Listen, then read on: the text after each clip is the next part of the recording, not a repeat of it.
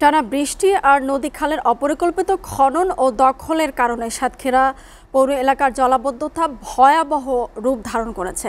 দূষিত পানি ও স্যানিটেশন সমস্যায় ছড়িয়ে পড়েছে পানিবাহিত রোগ, দেখা দিয়েছে মানবিক বিপর্যয়। জলাবদ্ধতা নিরসনে সংশ্লিষ্ট কর্তৃপক্ষকে পূর্ব প্রস্তুতি গ্রহণ করতে দেখা যায় না অভিযোগ স্থানীয়দের। তবে জেলা পানি উন্নয়ন বোর্ডের কর্মকর্তারা জানান, বেতনা নদীর খনন কাজ শেষ পর্যায়ে, দ্রুত জলাবদ্ধতা নিরসন হবে।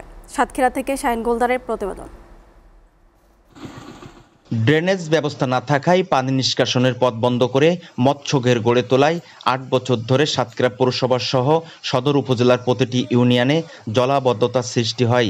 এসব এলাকায় প্রায় ৫ মাস পানিতে তলিয়ে থাকে বসতবাড়ি।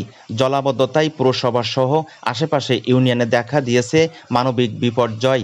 নারী, শিশু ও বয়স্করা পড়েছে চরম বিপাকে।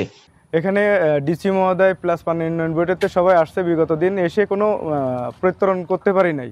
আমাদের রান্না বাড়া, খাওয়া দাওয়া, হাঁস মুরগি, বাথরুম সবটাই আমাদের সমস্যা।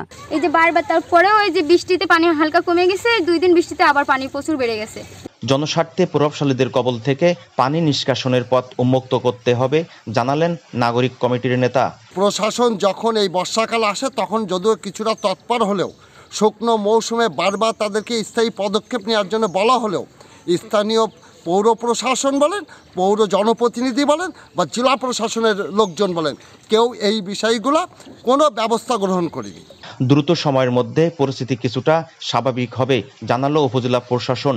1 মাসের মধ্যে বেতনা নদী খনন শেষ হলেই জলাবদ্ধতা থাকবে না জানান এ নির্বাহী প্রকৌশলী। বাঁধগুলো ছোট করে কেটে দিয়েছি এবং পানিগুলো আস্তে আস্তে বেতনার মাধ্যমে চলে যাবে।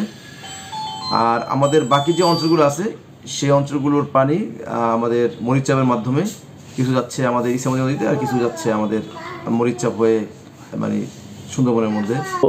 গত বছর জলাবদ্ধতার পরে আমরা আমাদের যেসব রেগুলেটর এবং খাল খনন করা প্রয়োজন ছিল, রেগুলেটরগুলো মেরামত করা প্রয়োজন ছিল, এগুলো আমরা অধিকাংশই আমরা মেরামতের আওতায় নিয়ে এসেছি। খালগুলো খনন করা আছে, যেগুলোর পলির কারণে জলাবদ্ধতা তৈরি হয়েছিল, সেগুলো খনন শেষের দিকে।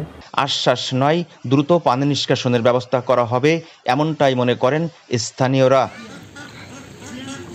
Shahin Goldar, SA TV, Satkhira.